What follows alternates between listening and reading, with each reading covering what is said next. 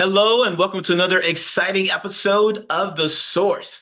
Today we have a very special guest. Special guest, tell us, who are you and what do you do? Hi, Jim. My name is Denise Chaffin, and I am the president of Top Source Talent, and I am also the podcast host for Talking TA. Nice. Yes, I'm double dipping these days, and I've been in the recruiting business since 1988, Wow. which I think is going to launch us into an interesting conversation about, yes, technology and recruiting, just Yes. You boom got me overall. beat now. I've been in the game since 97, but I think you got me beat by a few years there. Yeah, yeah. I um, know, I know. And I love to think back on those days, because we didn't, well, we did probably make as many placements as we make now. But we didn't have to uh, touch so many candidates, because you were yeah. calling people. That's all we had. We only had the phone, hmm and it was a matter of, doing like we called it dialing for dollars, and Yes. yes. And we That's, that's, would, that's a very interesting point because we have so much technology nowadays. And you no doubt have seen how the recruitment industry has changed over the years. Do you think all this technology that we've had has it helped the recruitment industry overall, or has it hindered us in some way? What do you think? You talked about dialing for dollars, but yeah, what do you think? I think initially it was helping us to identify candidates faster Hmm. when we were using Monster and Career Builder, things like that. And Yep. also the ATS, where people could literally apply online, to a job once we had email, and people could apply online to a position that we had in our system. Like I was working for Motorola back in the 90s, and we used a ATS called Resumex, and it was so cool Ah, because people actually got to put their resumes right in there. I We remember didn't have that Resumex. before. I Yeah. remember Resumex. Yeah. Yes. And before that, people were faxing their resumes over, so you had all this paper, right? Hmm. But once people were able to do things online, I think it kind of propelled us to move faster. And then Yeah. all of a sudden, we're moving faster and faster. And pretty soon, we've got like now, 50 candidates for a job versus maybe four or five or six, that we had before the whole ATS and internet started. But now, you fast forward with all of the different job boards, and now we've got AI jumping into the picture Yeah. and moving things even faster. So we're losing, I think, some credibility as recruiters. Hmm. It's funny, I just received yesterday a note from a candidate because I had literally sent him a reply to his application to a job I have posted on LinkedIn, and it was for an engineering position. And I told him why he wasn't a fit. But hey, I want to stay in touch because I mean, the guy's got a great background, Yeah. so I wanted to stay in touch with him. And he sent me this beautiful email that I have posted on my LinkedIn. I asked him, can I post this on my LinkedIn? Because he basically said, thank you for like acknowledging and reviewing my resume. I mean, I guess it was so, unusual for him to have a response from a recruiter. So I Hmm. think that, we have in fact lost some credibility as a result of the fact that people are now transactional candidates Sure. versus, lifelong friends, or people that we stay in contact with. I remember when we were doing work years ago for IBM, there was a guy that I knew at Amdahl. Do you remember that company Oh name? yeah. Hmm. Am I showing my age here? Sorry. Well, both of our ages, because I remember Yeah, everything you're saying. yeah, and Sun Microsystems, Uh-huh. and yeah, yeah. So anyway, and what was their competitor, Solborn or something like that in Longmont, Mm. Colorado? They were a competitor to Sun Microsystems. But anyway, when we were doing work for them, this guy had made a comment to me one time. He said, "Hey, Denise, do you know who your best recruiters are? People that you should get into contact with if you want to hire, are salespeople." So I go, oh, that's a great idea, Mark. And so Mark Tinges was his name. Mm. And so I started contacting salespeople when I needed to hire tech people because they knew all of the people that were either laying off or hiring, or they just had a lot of contacts. And so I became friends with salespeople. They were my internet. They were the people that I reached out to to start recruiting. But I kept in contact with them. I kept in contact with the people I recruited because my mindset at the time, and I think it was for a lot of us, was, as we're developing these relationships, we want to keep in contact with these people. They Yeah. are our internet. These Hmm. are the people that are going to take us to that next candidate that we need to hire. So, and we did become friends. And not only that, but then as you stay in this business a long time, those people that were hired into individual contributor level positions, now they're getting promoted. And maybe Yep. they're moving on to other companies and they remember you and they contact you. Hey, are you still recruiting?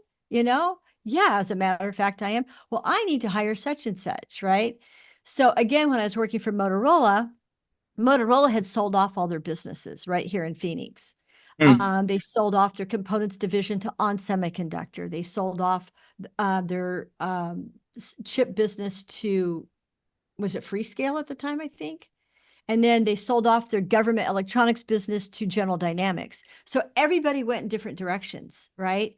So you had these people that you had placed with the company, Sure. but you had maintained these relationships. Now they're contacting you because they're working for other companies. So they're either looking for jobs that you can place them into, or they are now managers that want you to come and hire for them.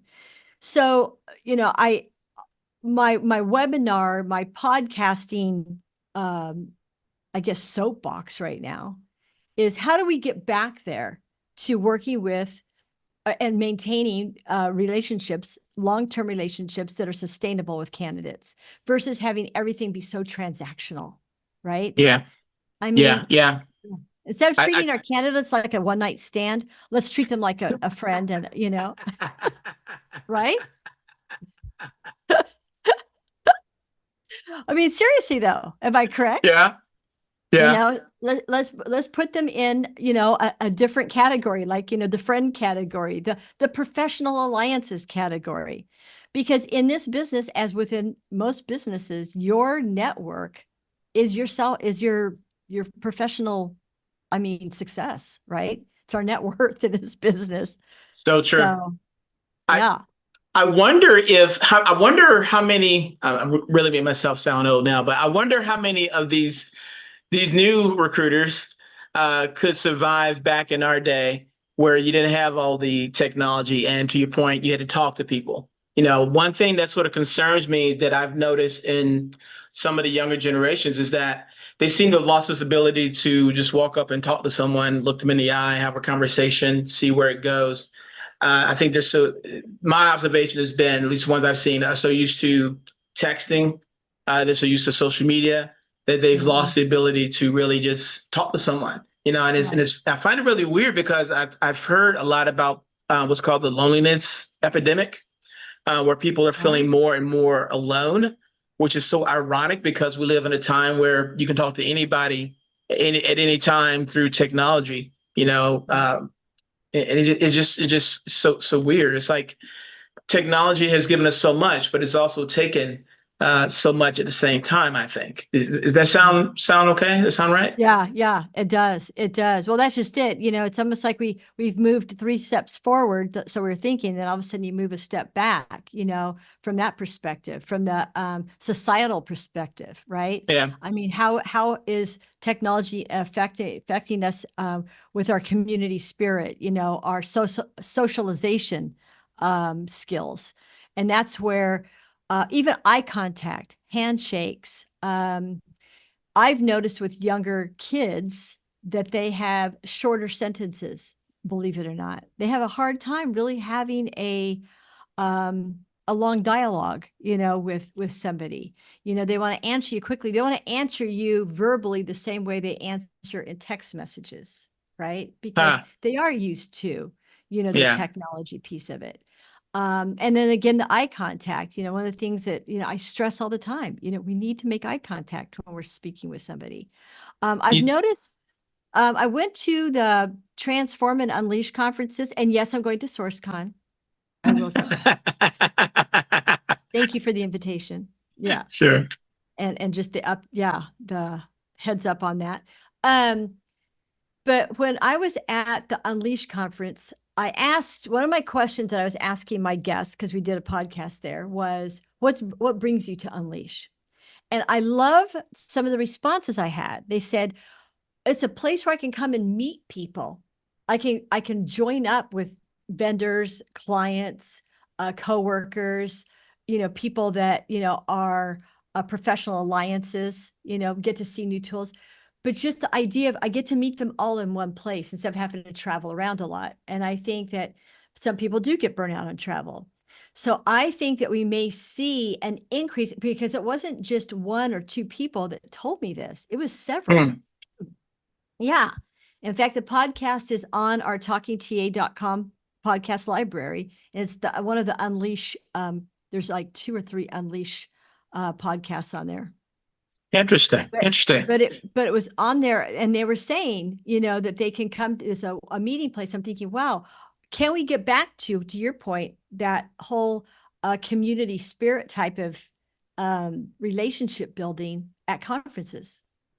Yeah, I would like to see that for sure. Because one thing we definitely push is you have the ability to connect with so many different people, and there's nothing like that in-person connection. Although we do have a virtual component, it's nothing like that in-person connection.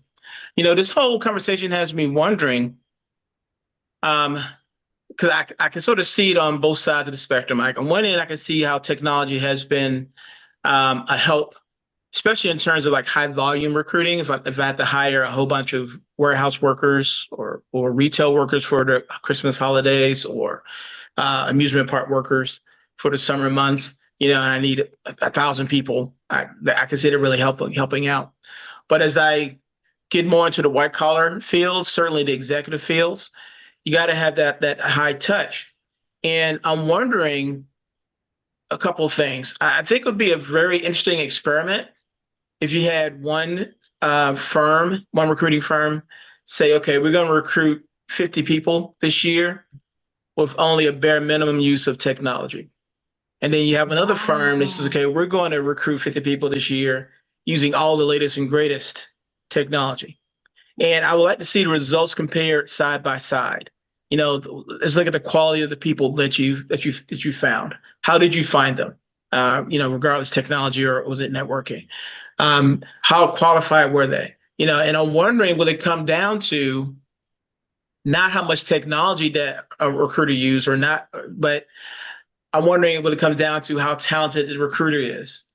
How strong are their emotion? How strong are their interpersonal skills? Do they have a high level of emotional intelligence? Because I think that no matter whether you use tools or not, if you don't have a high level of emotional intelligence, you're not going to do well in the recruitment industry. I mean, what do you think?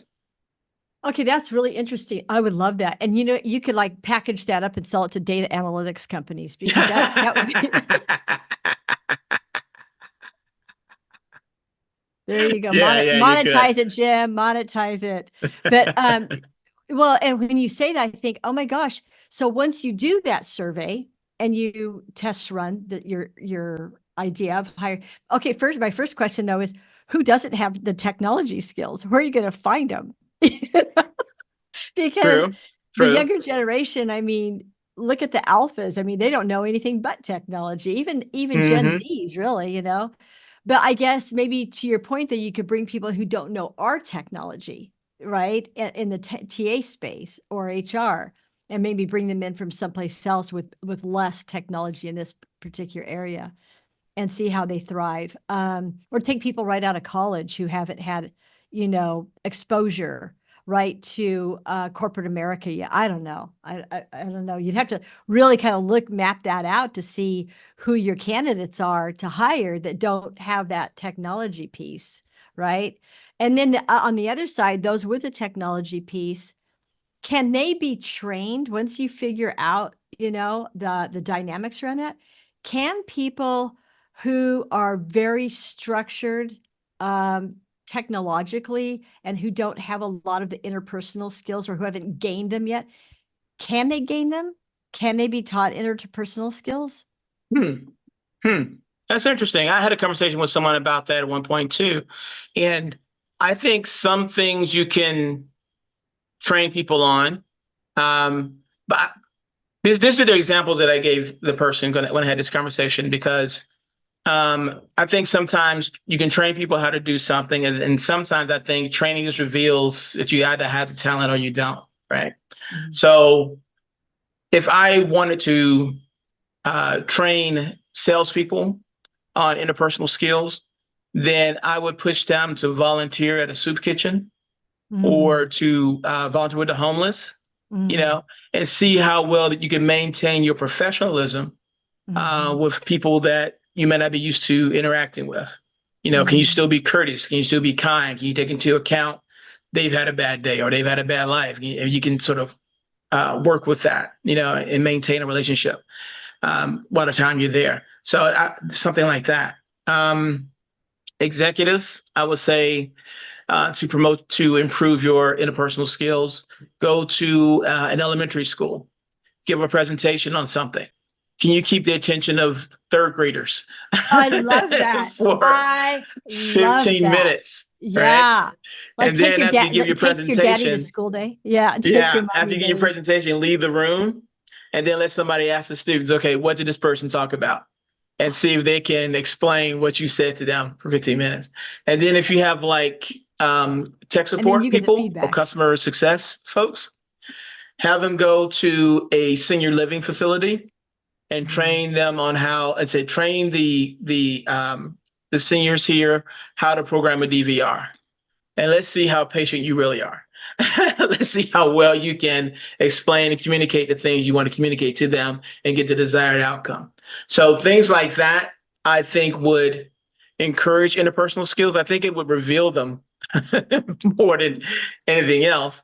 But if someone can do these things and keep a level of professionalism throughout, then I imagine they can do anything in that And regard. then on your classroom idea, sending the executives into the classroom, once those kids have rated them or talked about what, the conversation was about or what the presentation was about, to have that executive get that feedback, Yeah, yeah. and have them be able to see the feedback from the children so that he or she can understand how well received was I and how well did I communicate with that level of human, Yeah, I little wonder how human, many recruiters young human. really take the time to track or measure how they are perceived by the candidates they engage with, right? So, like here at ERE, we have these things called the Candy Awards, where we give awards to companies for their candidate experience. But I Mm. wonder, do recruiters send out a survey to people that they've talked to in the past year and say, hey, you spoke to me about a potential opportunity. How did you feel I treat you well? Did I answer all your questions? Rate me 1 to 5 kind of thing. And just so that recruiters can see on a personal level how they do. When I worked at a previous employer, we used this system. It was called Hively, right? And Oh, I I've put heard of in my, Hively. yeah, in my email Yeah. signature, it Yeah. said, pleasure talking to you, rate me, happy face, sad face, or mad face, whatever it was. And so at any time, someone could click one of those faces to say Jim did a good job or he didn't do a good job. And on the back end, there was a leaderboard that showed you how well you were doing in comparison to your coworkers in terms of your customer service to the people that you were talking to about opportunities. I would like to see recruiters and sources of that matter do more things like that, because what good is it to find these people, especially for sourcers who spend a lot of time doing all of our wizardry to find people, Yeah. and you can't talk to them? Right. It's almost like, what good is it if you find a perfect person, but you can't convince them to look at your opportunity, It's or at funny. least talk to them I for had a future use. Yep, I Yeah. had a podcast with Serge Boudreau and Shelley Billinghurst, and Hmm. we talked about ghosting, Oh, and yeah. okay, so like when you and I started recruiting, ghosting wasn't even a thing. No, no. I mean, how long's ghosting been around now? About 10 years, maybe? I Yeah. mean, and I mean, I should say the term ghosting's been around about 10 years. I'm sure ghosting started when the internet started, right? And like I said, when things started just going at such a rapid pace, and I'm not blaming recruiters. I think that how do we manage our time?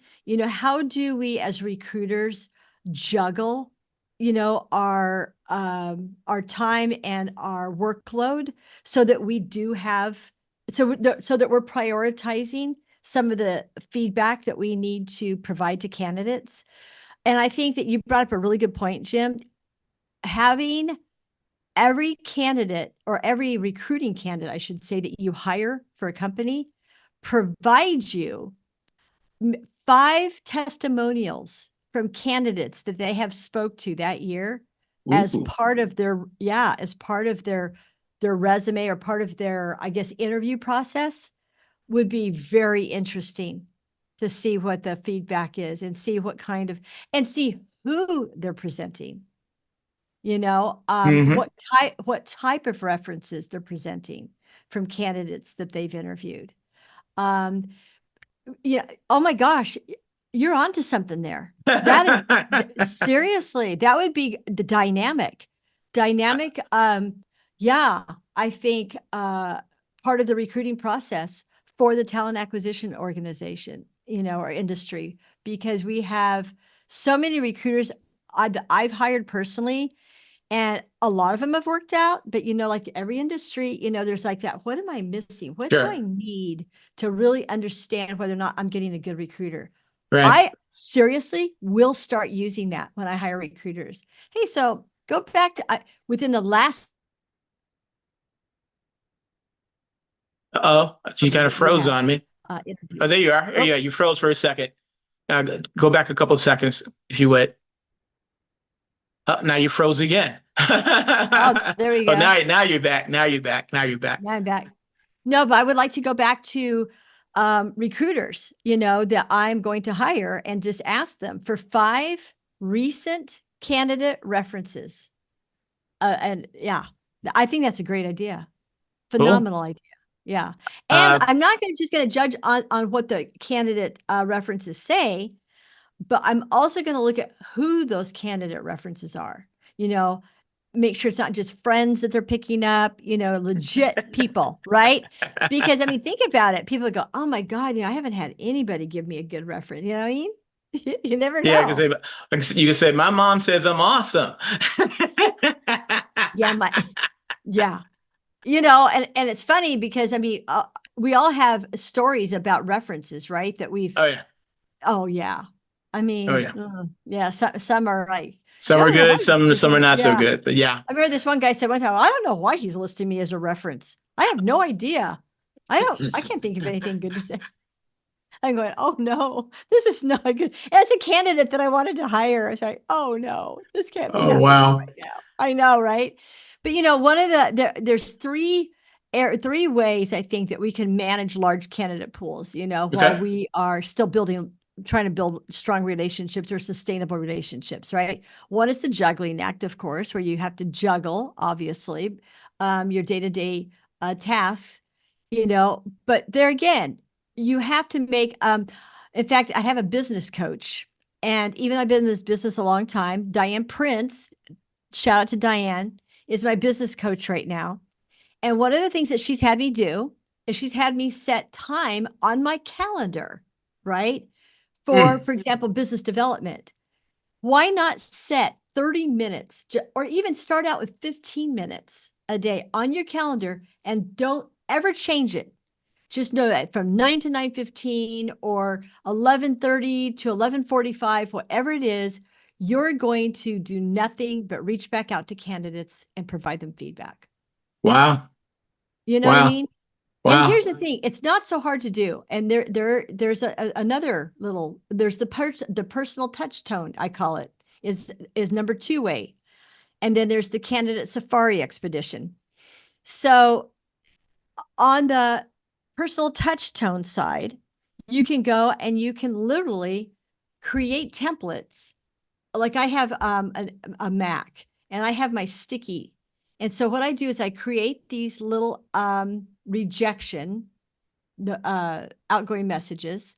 And I've got one here because I have this position that has been created for rejecting, unfortunately, candidates who aren't a fit for a software manager position I'm working on.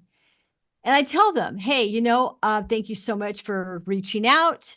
But our client is quite specific on what they need for this role. Because the thing I've noticed with all the candidates that I'm rejecting is they have literally sent me their resumes thinking that they're a fit, when ideally they're not, for all the same reason. So I've created this template and I list specific reasons why they're not a fit. But I use it as a template and I can just plug it into my LinkedIn where you do the reject, plug it in there, and it looks like a personal touch message, right? Going back out to them. That's actually the one that the guy responded to me yesterday, because it really did identify why he's not a fit, and he agreed with me. But then I also say at the very end of it, if these are tough requirements for these roles, it doesn't appear you have these skills listed on your resume. If you do have these qualifications, please contact me. And then I put my name and I put my email address, and I say, otherwise, let's stay in touch for other opportunities. Very nice. Well, Very hey, nice. it's a personal touch. It's not just, sorry, you're not a fit for this job. We found another candidate. You're giving a little more detail, just so people know that you're acknowledging them, that you've like even looked at their resume, because that whole proverbial black hole thing is just not, it's just not a good deal, Yeah, and I know candidates appreciate it. The time has flown by. I really appreciate listening to your advice. If somebody wanted to hear more from you, especially about your podcast, how can they find you online? Oh, they can find me always on LinkedIn. And then my website is topsourcetalentllc.com. And then again, talkingta.com is our podcast library. So, but yes, on LinkedIn, or I'm in Phoenix, and my email address is denise@topsourcetalentllc.com. Very cool. Thank you so much for your time. I appreciate you being on The Source. Thanks, Jim. All right. Bye-bye. In a blind taste test, we compared the sourcing and recruiting training of various companies to the training available at SourceCon Academy. These are the results. Oh, this is so exciting, so exciting. All right, here we go. Put the blindfold on now. This is, never done this before. All right. I see nothing, so let's get started.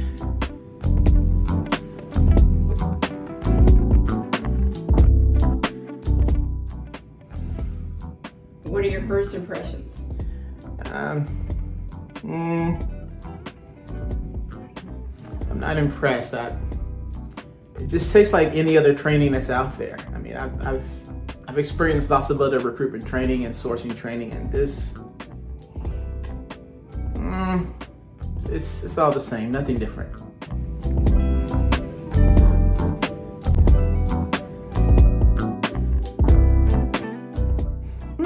So what do you think of this product? Right away I can tell this is something different. Huh. Wow.